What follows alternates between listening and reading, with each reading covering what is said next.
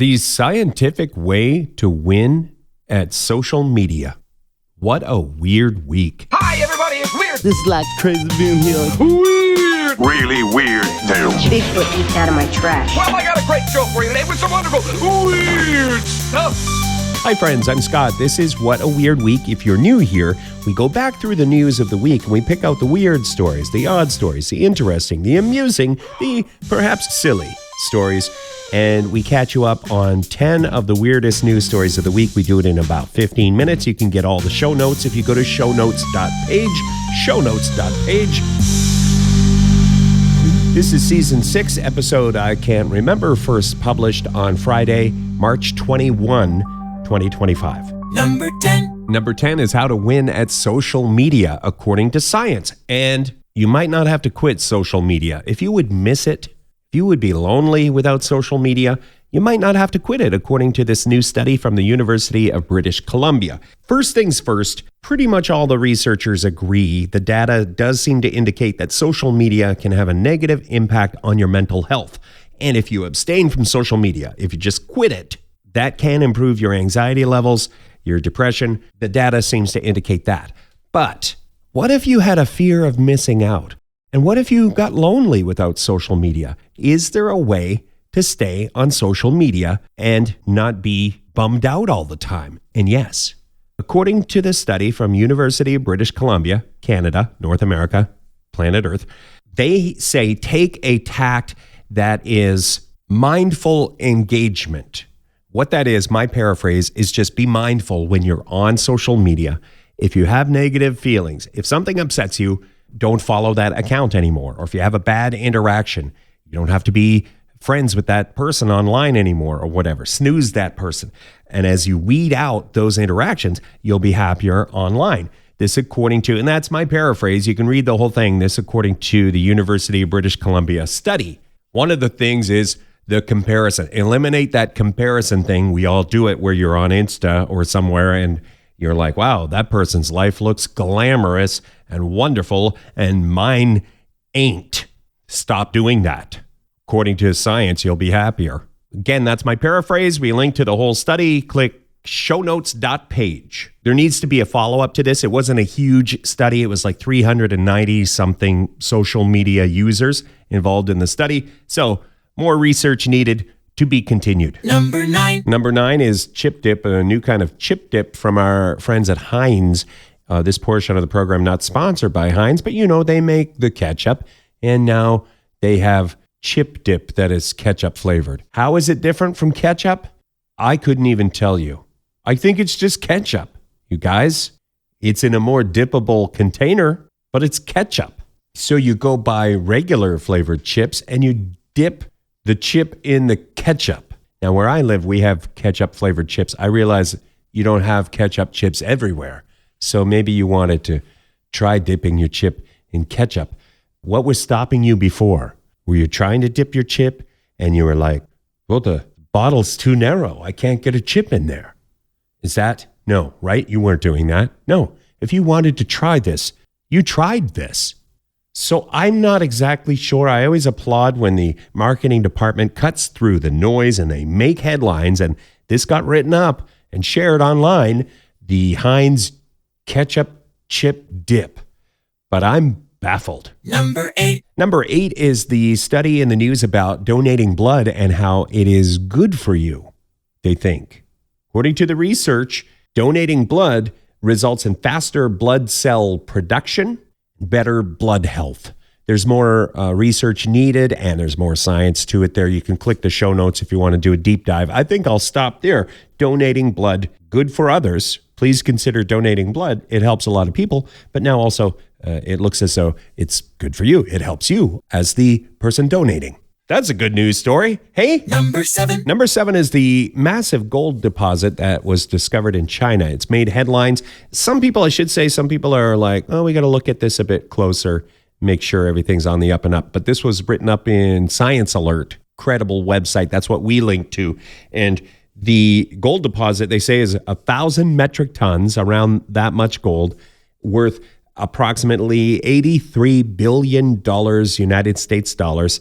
I like it that they're still finding gold. I thought we found all the gold.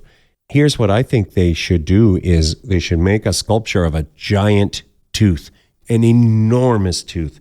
And then they should take that 1,000 metric tons of gold and make that into a filling for the tooth and put it on display. Hey, you guys, I got a million ideas. Number 6. Number 6 is a modular and space-saving wine glass. New wine glass technology, you guys. I don't drink, so should I be excited by this? This is something where you can take the stem, remove the stem from the wine glass so you have more room in the cupboard.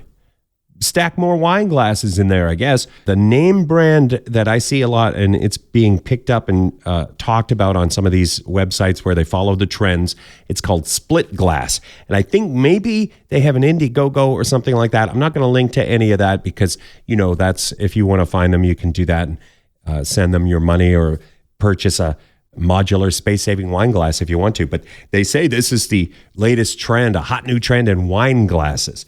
I remember last year's trend, wasn't it last year, where the comically enormous wine glass that said Mama needs her wine, the wine glass that could hold a whole bottle of wine? Remember when that was the hot new trend in wine? Well, now it's the space-saving wine glass where you can remove the stem. If you want to have a look at them, I'll link to that in the show notes. Number 5. Number 5 is mice doing first aid. There's a study out that seems to indicate mice will perform first aid on one another when they need it. When a mouse isn't doing well or has fainted, a fellow mouse will try to administer help. So I'm going to start making teeny tiny first aid kits for mice. Hey, would that be a viable business? Would you care to invest? Get in on the ground floor. Tiny first aid kits for mice. Number 4. Number 4, I have to say, consult your physician before you embark on any sort of wood chewing journey. All right? Serious. Chewing wood may boost brain antioxidant levels and memory. This, according to a South Korean study where they had some subjects chew on tongue depressors, wooden tongue depressors. They chewed on these things for 5 minutes, and that increased the levels of a brain antioxidant, and it led to improved memory test performance. They chewed on wood, this antioxidant level went up, and then they had better test results concerning memory. Why? They're not sure yet. Do they need to follow up? Oh no, take it to the bank. It's 100%. Just kidding. They need to follow up on this. They don't know exactly why it worked. That is number 1. Let's figure that out. And number 2 is, are we sure about all this? And that's why further study is needed in the field of chewing wood for better memory. Number 3. Number 3 is the record-breaking wiener dog parade in Germany. At least 897 wiener dogs confirmed. It probably was higher than that, but the official count had to be locked in 897. That's a world record. Fähig, charakterstark, andere sagen stur, ich nenne es charakterfest. Über 1500 Dackel sind am Sonntag dabei und das könnte sogar ein neues... That's a little bit of the excitement, the coverage of the Wiener Dog Parade, the world record Wiener Dog Parade in Germany. If you want to see the video, you can click shownotes.page. I'm not a medical professional, but it might cheer you up to see the video of the hundreds of wiener dogs. Number 2. Number 2 is our first gator story of 2025. Live alligator found in Michigan motel room. Cheboygan police responded to a motel where housekeeping staff discovered an alligator under the bed. It's hard enough being part of housekeeping at a motel. Imagine what you got to deal with every day. But on this day, an alligator under the bed? Like, too much. It turns out this 3-foot alligator was named Wally. Wally was owned by a fellow who travels to schools and does demonstrations with exotic animals. He thought Wally escaped somewhere else, got out of the car or something like that. He didn't realize he had left Wally in the motel room. Wally was hiding under the bed. So they were reunited and everything's okay, you guys. We'll link to that story in the show notes. Honorable mention. This one's kind of wild. It's a study about kids who eat seafood and how there appears to be a link. The kids eating the seafood are more likely to be prosocial, have prosocial behavior. In other words, helpful and considerate towards others. And young kids who do not eat the seafood, less likely to be that way. They think it's because, some of the stuff in the seafood and how it helps in brain development. There's going to be more research needed. The article gets into how many portions of fish should kids eat and all of that stuff. If you want to do a deep dive, but always consult your physician or your fishmonger. Let's not be hasty. But it's an interesting study. You can have a look. Shownotes.page. Honorable mention. A quick update on the golden toilet story. So we covered the golden toilet when an artist created it. A working toilet out of gold. It was art, but also a toilet. And then it got stolen. We covered that. And then people were in court answering to charges. And now we do have some convictions, some folks who have been found guilty. That golden toilet is cursed, I think, you guys. I don't know about you, but I would watch a movie about a haunted golden toilet. I watched that Annabelle. I watched the haunted doll movie. I'm going to watch the haunted golden toilet movie. They need to make that happen.